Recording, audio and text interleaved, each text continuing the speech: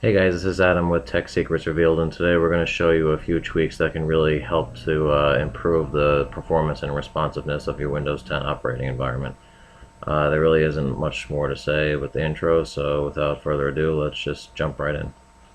Okay, so maybe you've recently upgraded to Windows 10 from Windows 7, or maybe you've purchased a new laptop or tablet or whatever with Windows 10 installed on it, and you've heard all these promises about how it's snappier, more responsive, etc., and it just feels like it's a little laggy for your taste.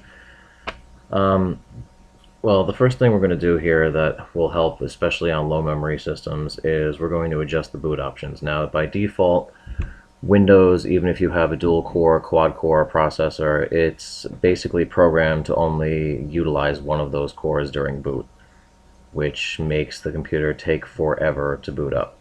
Now, in order to rectify this, what we're going to do is we're going to go into the Microsoft configuration file. In order to do this, you're going to hold down the Windows key and press R for run, and type in msconfig, msconfig. Now, once you get in here, you're going to go to boot and click advanced options. Now, depending on your system, this number here could be 2, 4, 8, depending on if you have, dual core, quad core processor. And what you're going to want to do is, if this is cleared, which it more than likely is, click on it and click the biggest number here. For me, it's 8. And maximum memory, also do this. Click this, and it should automatically fill in the maximum amount of RAM that you have. The reason this is important is because, again, when the system is booting up, it basically uses just as much RAM as it needs in order to boot, which also makes it very slow. By clicking maximum memory, it allows the Windows operating system to utilize all the available RAM during the boot process. Now click OK. Over here, we're going to want to click Make All Boot Settings Permanent, then click Apply. This just asks you, are you sure, are you sure? Yes, you're sure. And click OK. Now, I have this disabled in my system, but usually there will be a prompt here that asks you if you want to restart now, restart later. So restart now, restart later, whatever you want to do.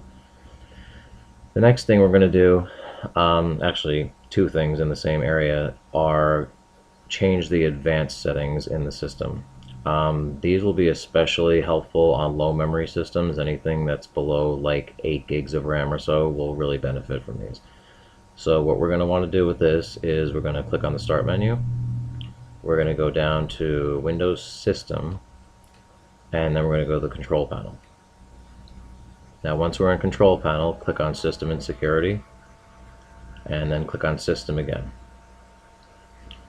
Now, pay attention right here to the installed amount of RAM in your system, because you're going to need that in a minute. For me, it's 16 gigs. So over here, we go to Advanced System Settings. Go to Advanced once again, and under Performance, click Settings. Now, two things we're going to do here.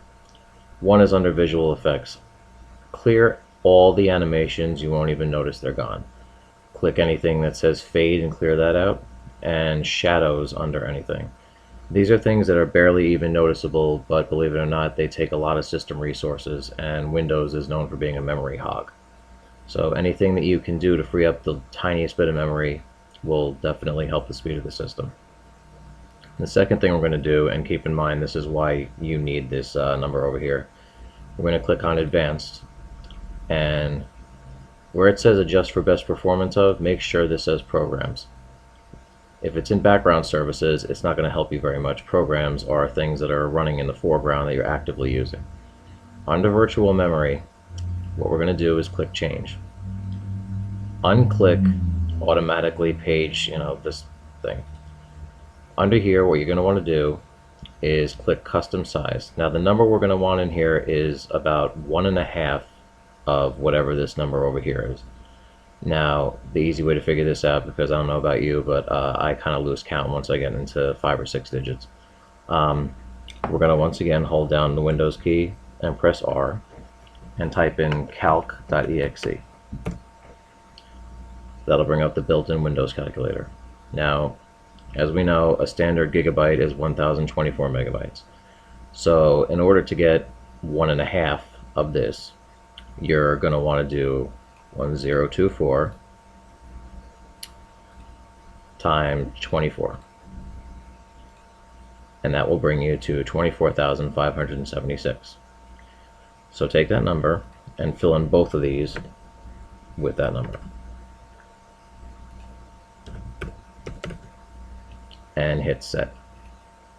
Now the reason this is important is what a paging file is it's a hidden file on the hard drive that Windows uses as basically if all your RAM is filled up and currently being used.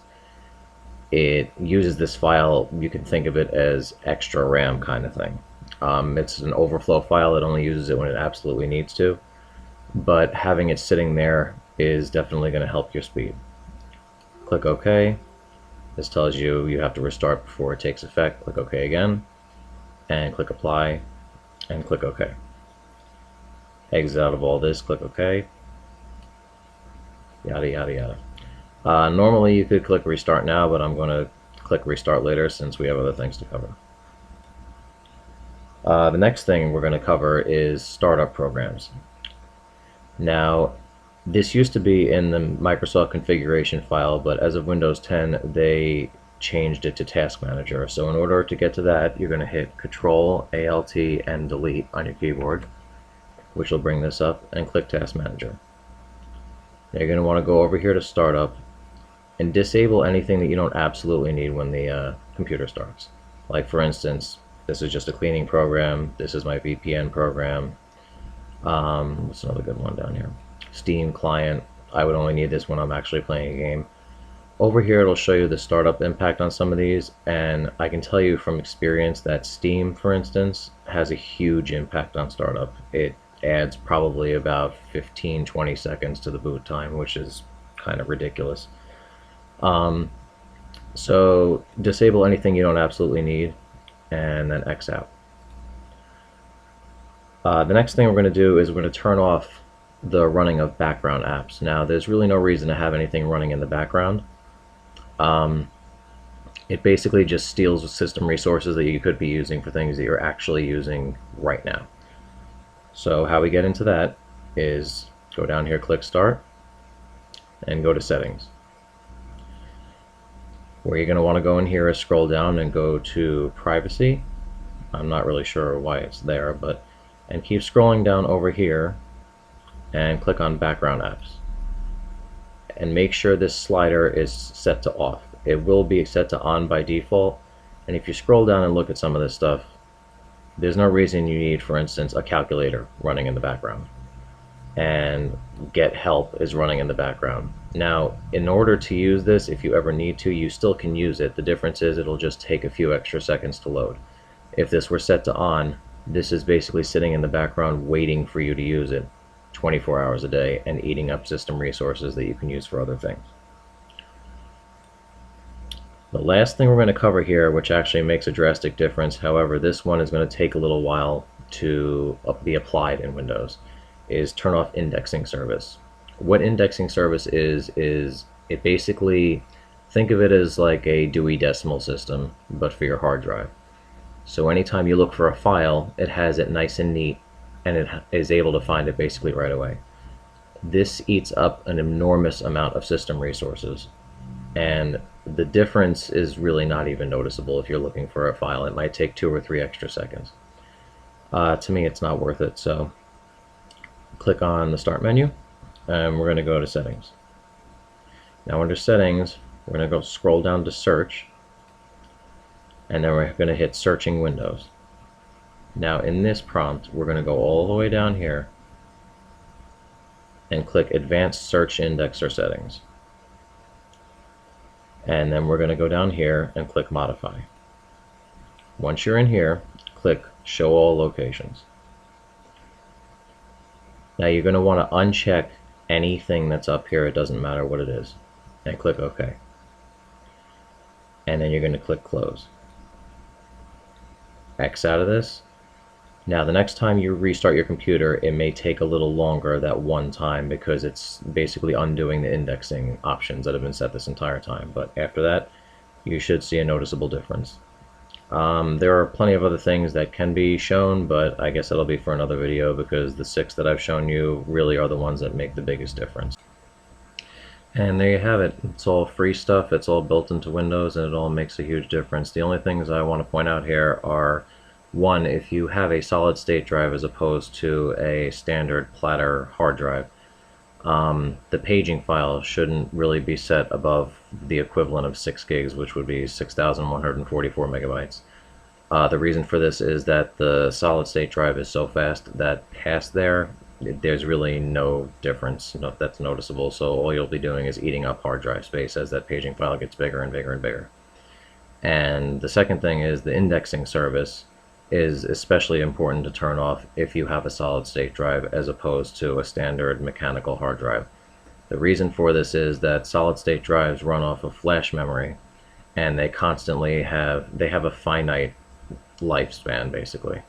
They have a finite amount of read-write cycles, and if indexing is enabled, it's constantly going to read-write, read-write, read-write, which is going to shorten the lifespan of your solid-state drive that you just spent good money on. So if you want to eke out an extra couple of years out of the drive, I strongly suggest that you disable indexing. Alright, I guess that's it. Thanks for watching.